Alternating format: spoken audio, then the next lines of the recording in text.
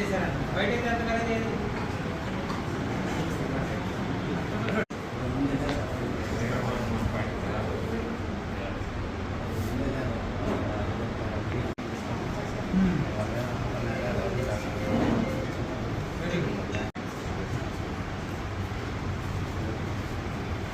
ఆదమ్మ 60 సంవత్సరాలు ఆదమ్మ అని మాచర్ల నుంచి మా గవర్నమెంట్ హాస్పిటల్ ఓపీకి కామర్లు అని చెప్పేసి వచ్చారు. మేము పరీక్షలు చేసి నిర్ధారణ చేయగా పసపిత్త నాళంలో చాలా రాళ్ళు ఉన్నాయని తెలిసింది.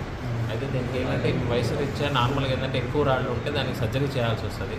సో అలా కాకుండా మేము ఏంటంటే ఎండోస్కోపీ ద్వారా తీయాలనే ఒక ఉద్దేశంతో, అందులో ఆమె ఆపరేషన్ కూడా ఫిట్ కాదని చెప్పేసి మేము ఎండోస్కోపీ ద్వారా వెళ్ళి ఈఆర్సీపీ అనే ప్రక్రియ ద్వారా ఏదైతే ఈ పసపిత్తులో ఉన్నటువంటి రాళ్ళన్నింటినీ ఎండోస్కోపీ ద్వారా మొత్తం తీయగలిగాము. దానివల్ల పేషెంట్కి ఇమీడియట్గా జాంటీస్ కూడా తగ్గింది.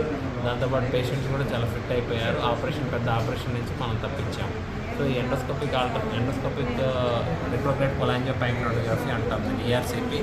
ఈఆర్సీపీ అనే ప్రక్రియ ద్వారా ఇన్ని రాళ్ళు తీయడం వల్ల పేషెంట్ని పెద్ద సర్జరీ నుంచి కాపాడాము.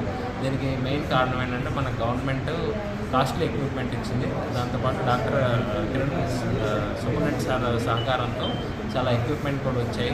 సో ఇవన్నీ ఉండడం వల్లనే మనం ఇవన్నీ చేయగలిగాం. Otherwise this is impossible. So నిజంగా సార్కి దాంతోపాటు గవర్నమెంట్కి కృతజ్ఞతలు తెలుపుకోండి.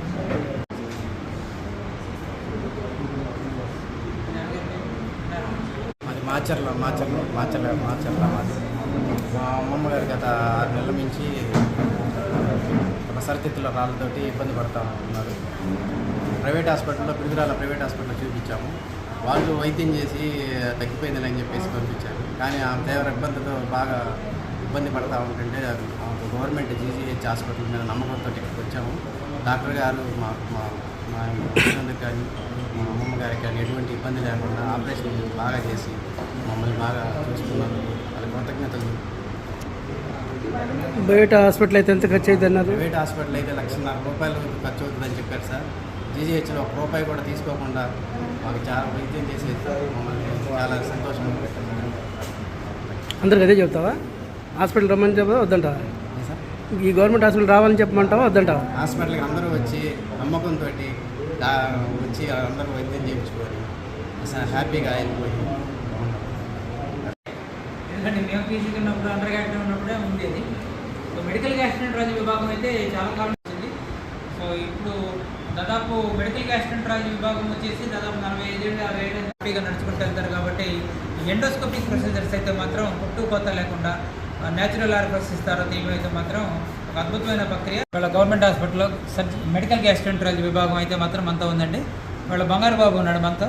బంగారమైన మాటలే చెప్పాడు అనిపిస్తుంది. నీ మాటలు అయితే మాత్రం బంగారం కన్నా విలువైన మాటలు ఇవాళ చెప్పడం జరిగింది. మంచి వైద్యం జరిగింది గవర్నమెంట్ హాస్పిటల్ అని నువ్వు నొక్కి ఒక్కాడించావు. సో దాంతోపాటు ఆదమ్మ గారు, మీ మామగారు, మీ అమ్మమ్మ గారు వాళ్ళ గవర్నమెంట్ హాస్పిటల్లోకి వచ్చి సర్జికల్ జాండీస్ అంటారండి. యూజువల్గా గాల్ బ్లాడర్లో రాళ్ళే కాకుండా ఆ రాళ్ళు సిబిడి నాళంలోకి వెళ్ళి అబ్స్ట్రక్టివ్ జాండీస్గా వచ్చేసేసి తీవ్రమైన కామెర్లు, అలానే కొలైంజైటిస్, లివర్ అంతా కూడా ఇన్ఫెక్షన్ వచ్చి చలి, జ్వరం, వణుకు రావటం. ఈ రాళ్ళు తీస్తే కానీ ఆ కామెర్లు తగ్గకుండా, జ్వరం తగ్గకుండా ఉంటుంది. కాబట్టి వెంటనే రాళ్ళు తీయాల్సిన అవసరం ఉంది. సో ఎండోస్కోపిక్ ప్రొసీజర్స్ ఉన్నాయి, ఓపెన్ ఆపరేషన్ 2 రకాలు ఉన్నాయి. బట్ చాలా రాళ్ళు ఉన్నాయి, దాదాపు 15-20 రాళ్ళు. అవి కూడా పెద్ద సైజు రాళ్ళు అడ్డంపడి ఉంటాం. అవన్నీ కూడా ఎండోస్కోప్ ద్వారా తీయగలమా లేదా అన్నది కూడా ప్రశ్నార్థకంగా ఉంటుంది. ఒక్కొక్కసారి ఇబ్బందిగా ఉంటే ముందు ఒక స్టెంట్ వేసేసి కామెర్లు తగ్గిన తర్వాత వెంటనే ఓపెన్ ఆపరేషన్ చేసే క్రమం అయితే మనం చేస్తూ ఉన్నాం. సో ఈ ఆదమ్మ గారు అయితే మాత్రం పెద్ద వయసు, ఎంతమ్మా మీ వయసు?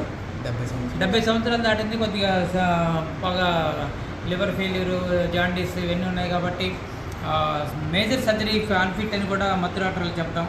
సో ఏదో రకంగా మనం ఎండోస్కోప్ ద్వారా సింప్లెస్ట్ ప్రొసీజర్తో చేసి ఈ రాళ్ళు తీసేయడానికి ప్రయత్నించిన గ్యాస్ట్రాంట్రాలజీ బృందానికి అయితే మాత్రం ముందుగా అభినందనలు తెలియజేస్తా ఉన్నాం.